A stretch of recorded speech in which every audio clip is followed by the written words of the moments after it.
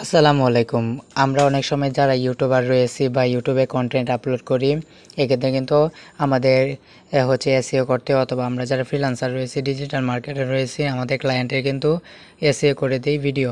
এক্ষেত্রে কিন্তু অনেক সময় আমাদের টার্গেটের যে কিওয়ার্ডগুলো রয়েছে সেগুলো খুঁজে বের করতে হয়।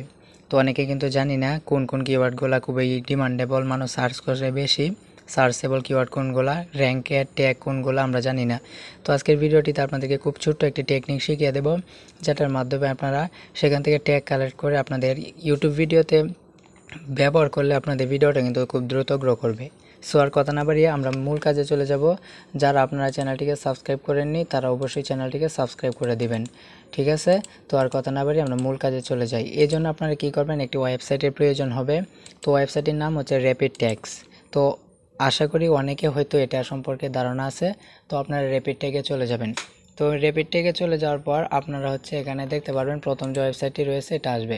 তো এখানে যাওয়ার পর এখানে এরকম ইন্টারফেস আসবে। আপনারা জাস্ট কী করবেন, এখানে হচ্ছে আপনি কোন ক্যাটাগরির উপরে ট্যাগ চাচ্ছেন, জাস্ট আপনি সেই ক্যাটাগরির কিওয়ার্ডটা লিখে দেবেন। তো ধরেন এখানে হচ্ছে আমি পার্সোনাল ব্লগ লিখে সার্চ করে দিলাম। তো পার্সোনাল ব্লগ লিখে সার্চ করার পর এই পার্সোনাল ব্লগ নিয়ে মানুষ যে যে কিওয়ার্ডগুলো লিখে বেশি বেশি সার্চ করে সেই কিওয়ার্ডগুলো এখানে চলে আসছে।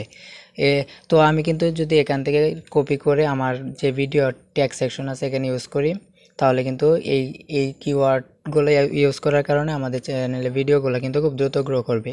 আশা করি এই র্যাপিড ট্যাগের মাধ্যমে আপনারা কিন্তু আপনাদের ইউটিউব ভিডিও প্রপার এসইও করতে পারবেন, আপনার ইউটিউব ভিডিও গ্রো করাতে পারবেন। আশা করি আপনারা বুঝতে পেরেছেন। তো ভিডিওটি ভালো লেগে থাকলে লাইক দিবেন, কমেন্ট বক্সে মূল্যবান মতামত জানাবেন। যারা এই চ্যানেলে নতুন দর্শক আছেন তারা অবশ্যই চ্যানেলটিকে সাবস্ক্রাইব করে দিবেন। সবাই ভালো থাকবেন, সুস্থ থাকবেন। আল্লাহ হাফেজ।